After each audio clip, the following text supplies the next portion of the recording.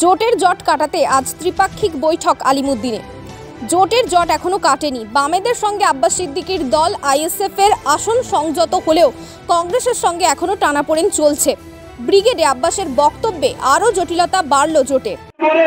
একটা প্রশ্ন জাগতে পারে যে আপনি বললেন যে যেখানে যেখানে বাম শরিক দল দাঁড়াবে আপনি ভোট দেবেন, আমাদেরকে বললেন, আপনি কংগ্রেসের বেলায় বললেন না কেন? হয়তো আপনাদের মনে যেতে পারে।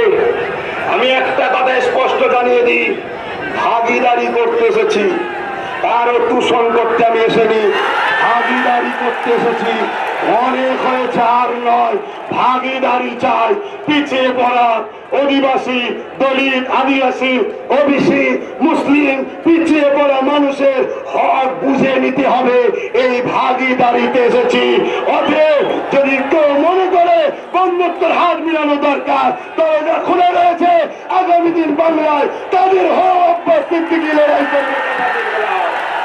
আজকের জোটের বৈঠকে রয়েছেন কংগ্রেসের পক্ষ থেকে অধীর রঞ্জন চৌধুরী ও আব্দুল মান্নান। অন্যদিকে মোহাম্মদ সেলিম, বিমান বসু, সূর্যকান্ত মিশ্ররা। আইএসএফ এর পক্ষ থেকে পিজাদা নওশাদ সিদ্দিকী। অনেকেই মনে করছেন এই ত্রিপাক্ষিক বৈঠকেও মিলবে না সমাধান, ভেস্তে যেতে পারে বাম কংগ্রেস আইএসএফ মহাজোট। ভোটের আর বেশি সময় নেই, আজকেই সমাধান করতে চাই সব দল।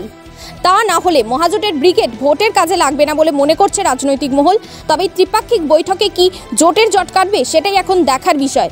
Bureau report, NBTV.